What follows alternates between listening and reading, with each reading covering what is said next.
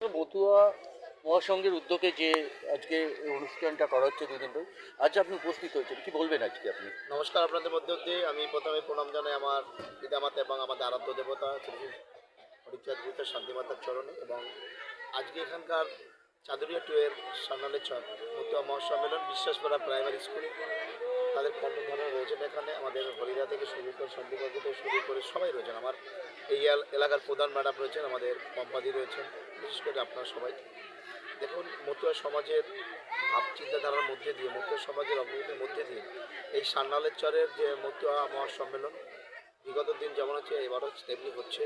সারাম্বরে এলাকার মানুষের স্বতঃস্ফূর্ত উদ্বোধনার মধ্যে দিয়ে আমরা তাদের একটা বার্তা, আমি কল্যাণী পঞ্চায়েত সমিতির সভাপতি নয়, আমি মতুয়া সমাজের এক পরিবারের একজন সন্তান হিসাবেই আমি তাদের সাথে থেকে আজকের এই মহাসম্মেলনটি যাতে আরও সুন্দরভাবে তাদের পাশে থেকে আরও ভালোভাবে রূপ দিতে পারে তার একটু সাথী বা সঙ্গী হলাম, এইটুকু।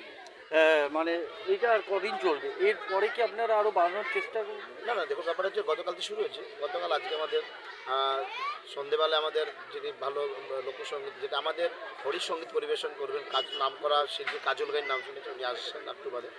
এখানে আজকে মায়ের আসার কথা ছিল, মা বলতে আমাদের ঠাকুর বেড়ে আমাদের অল ইন্ডিয়া মতো আমার সঙ্গে সংঘাতিপতি মা মমতা ঠাকুরের, তিনি দিল্লি, আপনি জানেন দিল্লির যেভাবে এসআইআর নিয়ে আমাদের উন্নয়নের কাণ্ডে মমতা বন্দ্যোপাধ্যায়, সবুজ সেনা সেনাপতি সাংসদ অভিষেক বন্দ্যোপাধ্যায়ের সাথে তিনি কাঁধে কাঁধ রেখে লড়াই করছেন, তাই তিনি আসতে পারেননি।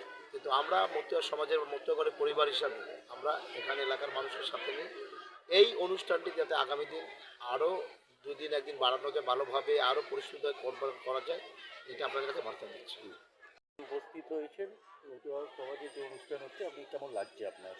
আজকে এখানে উপস্থিত হতে পেরে খুবই সুন্দর লাগছে। এলাকার মানুষ সকলে স্বতঃস্ফূর্তভাবে এখানে অংশগ্রহণ করেছে। আগামী দিনে যাতে এই অনুষ্ঠানটি আরও বৃহৎভাবে অনুষ্ঠিত হতে পারে এই আশা রাখছি। আপনাদের অনুষ্ঠান আজকে দেখা যাচ্ছে, মানে বিশিষ্ট ব্যক্তিরা উপস্থিত হয়েছেন, কি বলবেন? জয় হরিচাঁদ, জয় গুরুচাঁদ। প্রণাম জানাই আমার মাতা পিতার চরণে। আমরা দীর্ঘ 1 মাস যাবৎ এই অনুষ্ঠানকে সুন্দরভাবে পরিচালিত করার জন্য আমরা যেহেতু একটা অর্থের দরকার পড়ে, এই অঞ্চলের প্রত্যেকটা দ্বারে দ্বারে ঘুরে এই আমাদের কমিটির সদস্যরা এই অনুষ্ঠানটিকে পরিচালনা করছেন। আমি বলবো এই অনুষ্ঠানের মাধ্যমে আমাদের সমাজের মানুষের শিক্ষার একটা মূল স্রোত বয়ে যাবে। আগামী দিনে আমাদের গুরুচাঁদ ঠাকুর যে আন্দোলন চেয়েছিলেন, শিক্ষা আন্দোলন, সেই শিক্ষা আন্দোলনকে আমরা এগিয়ে নিয়ে যাওয়ার জন্য আমরা এরকম ধর্মমূলক অনুষ্ঠান করে থাকি। আপনার নাম তো? হরিপদ সরকার।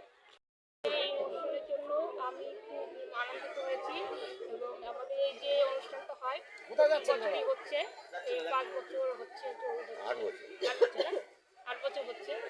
তারপরে খুব ভালো লাগছে, প্রতি বছর হয় অনুষ্ঠানটা এবং আমরা এখানকার সবাইকে পরিচালনার জন্য সবাই খুব আনন্দিত হয়েছি।